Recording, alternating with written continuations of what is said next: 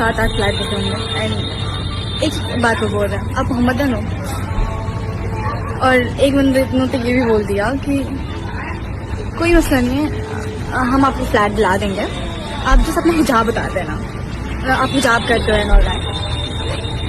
भाई क्या करूँ मैं? दिल्ली में रहना ऑलरेडी एक स्ट्रगल है, एंड स्टूडेंट के लिए तब स्ट्रगल स्टार्ट होता है जब हम कोई फ्लैट देखते हैं या पीजी देखते हैं। ओके, तो यहाँ पे जो आधी पॉपुलेशन है वो तो मुस्लिम्स को फ्लैट ही नहीं देते, और तब स्ट्रगल ज्यादा स्टार्ट हो जाता है जब कोई ये बोलता है कि आप कश्मीरी मुस्लिम हो। भाई क्या मतलब, हम इंसान नहीं है?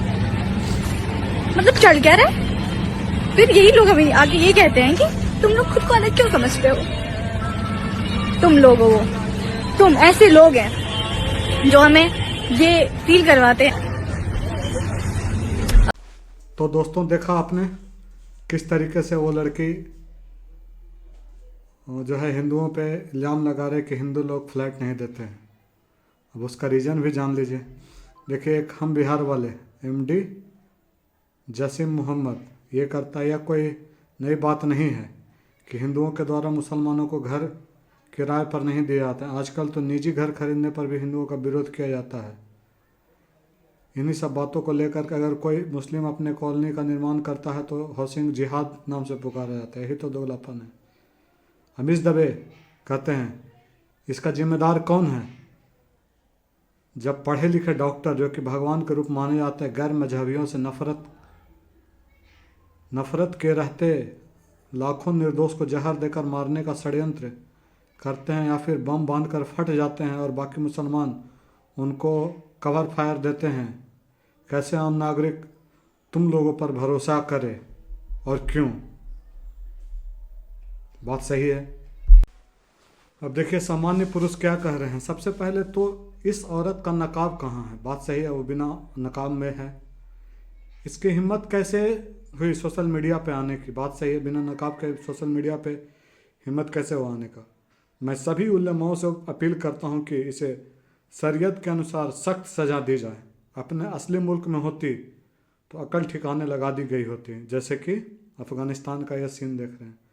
बात सही है, और बिना नकाब के आकर के सबको दोष मार रही है। अगर अपना मुल्क में होती तो सही में इस तरह का सज़ा दिया गया होता। अब देखिए, पप्पू पलटन जी का कहना है, दिल्ली में 50 लाख मुसलमान रहते हैं, इसे हिंदुओं के घर ही क्यों रहना है? ये मुल्ले भी भगा रहे हैं। इनका पप्पू पलटन का कहना है कि मुस्लिम में 50 लाख मुसलमान रहते हैं।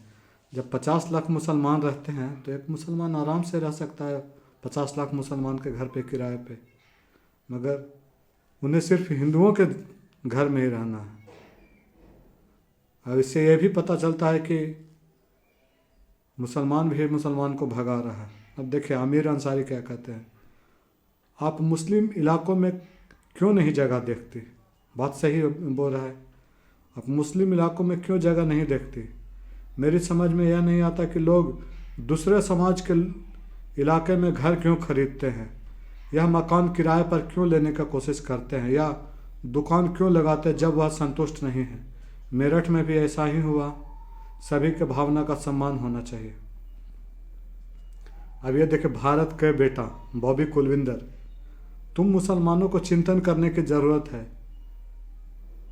कि क्यों सब लोग तुम मुस्लिमों से इतना नफरत करने लगे हैं। अभी भी वक्त अपनी मानसिकता चेंज कर लो और कट्टरता छोड़ लो।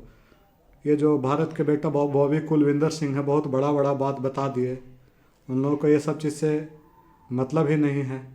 सबसे बड़ा बात तो यह है कि बात सही है, उतना बड़ा पॉपुलेशन मुस्लिम का है, मुस्लिम के घर में मुस्लिम रहा करे। कोई भी अगर कश्मीर से स्टूडेंट आता है तो जब उसको रेंट लेना होता है मुस्लिम के इलाके में ले। अब ऐसा थोड़े होगा कि एकदम सुरक्षित हिंदू इलाके में डेरा ले करके हिंदुओं को गाली दो, ऐसे थोड़े होता है। कोई भी हिंदू भी जाता है कोई दूसरा शहर में तो वो मुस्लिम इलाका में थोड़े देखता है अपना डेरा। वो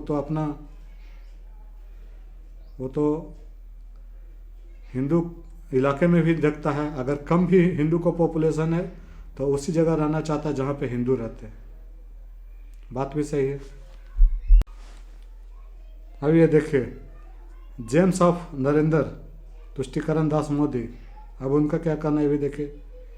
क्या गलत है, उनके अपने प्रॉपर्टी हैं, उनकी इच्छा दे या ना दे, प्रॉपर्टी उनकी है तो टर्म्स भी उनके हैं। मानो तुम रहो, नहीं मानो तो निकलो आगे गली। बहरहाल जब कश्मीरी आतंकवादी या देशद्रोह के बगैर साथ ला रहे हो तो क्यों दे साथ उनका। बात भी सही है, प्रॉपर्टी मेरी है तो उसमें रहने या दें या ना दें मेरी इच्छा है। उसमें टर्म्स एंड कंडीशन क्या होगा ये हमारा इच्छा है। हम तुमको क्यों वो रहने के लिए, तुम्हारा टर्म्स एंड कंडीशन पे हम अपना प्रॉपर्टी क्यों दें। बात सही है। और बात है ये कि वो उसको सही में रेंट लेना है या नहीं भी लेना है, ये भी कहाँ पता चल रहा है। ऐसा भी हो सकता है कि आप बेवजह का वो कर रही होगी, सोसाइटी को बदनाम करने का, हिंदू सोसाइटी को बदनाम करने का प्रयास कर रही होगी।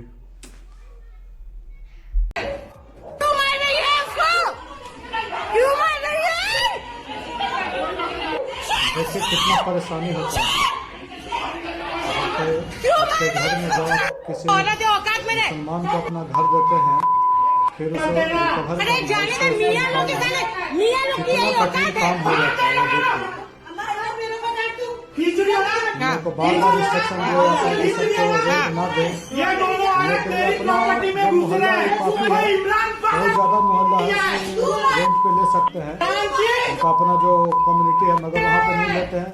ये लोग पैसा के लोभ में किसी को भी दे देते हैं, जिसका परिणाम ये लोग खुद भुगत रहे हैं।